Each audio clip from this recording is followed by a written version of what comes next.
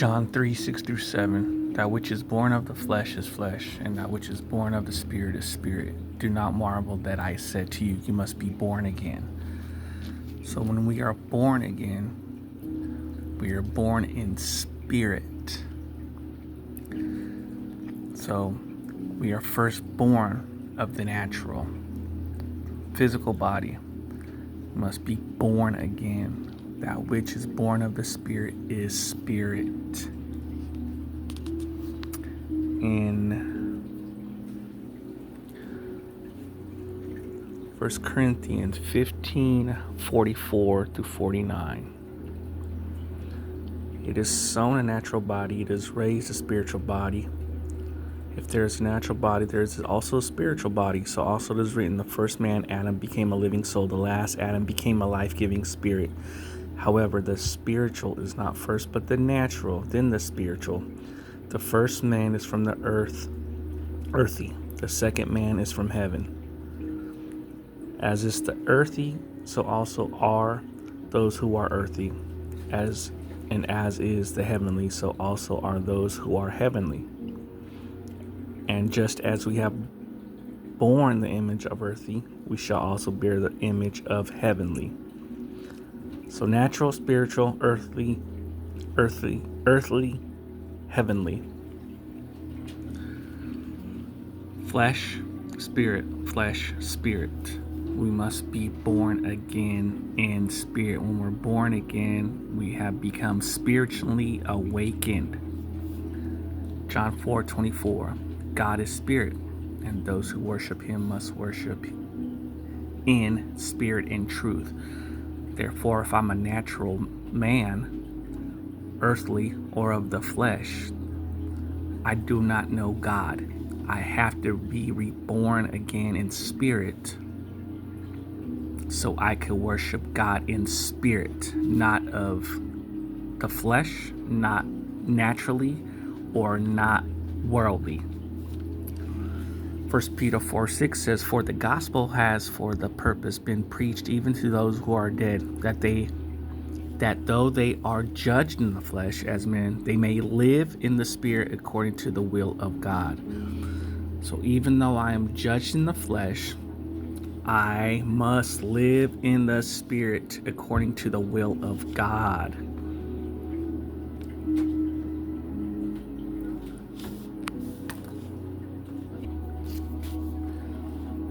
Now, 1 Peter 4:2 says, so as to live the rest of the time in the flesh, no longer for the lusts of men, but for the will of God. 2 verses. Judged in the flesh as men, they may live in the spirit according to the will of God. As to live the rest of the time in the flesh, no longer for the lusts of men, but for the will of God. So even though I still have a flesh, a natural body, an earthly body, I must now live in the spirit. And this is where my worship comes from, is the spirit.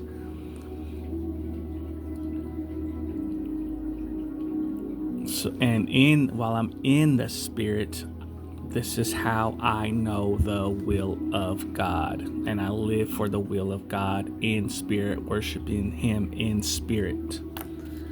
And I go to Romans 12:1.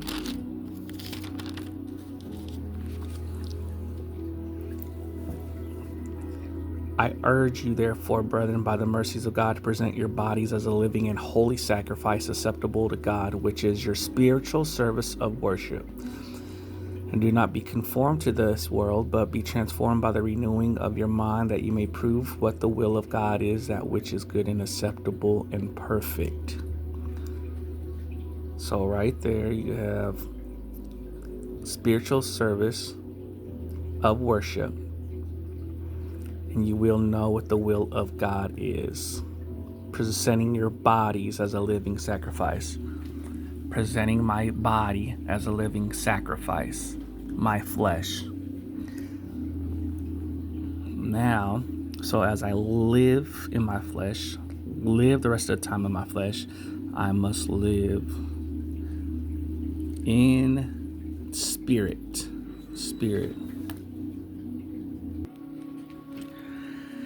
So Galatians 5:16 says, I say then, walk in the spirit, and you shall not fulfill the lust of the flesh. So I must walk in the spirit. So here it is. Right here, I must live in the spirit as I'm in the flesh. I must live as I'm living in my flesh, no longer for the lusts of men, but in the spirit according to the will of God. So now that I became alive in the spirit, born again, I must now walk in the spirit so I will not fulfill the lusts of the flesh. All right, so what are the lusts of the flesh? Galatians 5:17. For the flesh, no, that's not it. This is it. 19. Now the works of the flesh are evident, which are, so you have adultery, you have a list of what the lusts of the flesh are. 20, 21. And then the works of the flesh, which is a lust of the flesh as well. And then in 22, you have, but the fruit of the Spirit is love, joy. You have a list of what the fruit is of the Spirit, of walking in the Spirit. So right there, it gives you the list of the flesh and of the Spirit. And even back to up here, when I was in the flesh, I was producing the works of the flesh. But now I'm alive in the Spirit, glory to God. I must learn how to walk in the Spirit, which is what was listed in Galatians 5:22 and 23. So now there's the war. You have the flesh and the spirit warring with each other. Galatians 5:17, for the flesh lusts against the spirit and the spirit against the flesh. And here is what will the outcome. Galatians 6:8. For he who sows in the flesh will of the flesh reap corruption, but he who sows to the spirit will of the spirit reap everlasting life. So if I'm walking in the lusts of the flesh, lusts of men, then I will reap corruption. But if I am walking in the Spirit, I will reap everlasting life. And when I walk in the Spirit, I will not fulfill the lusts of the flesh. The flesh and the Spirit are waging war. So I must learn how to walk in the Spirit when I become alive in the Spirit.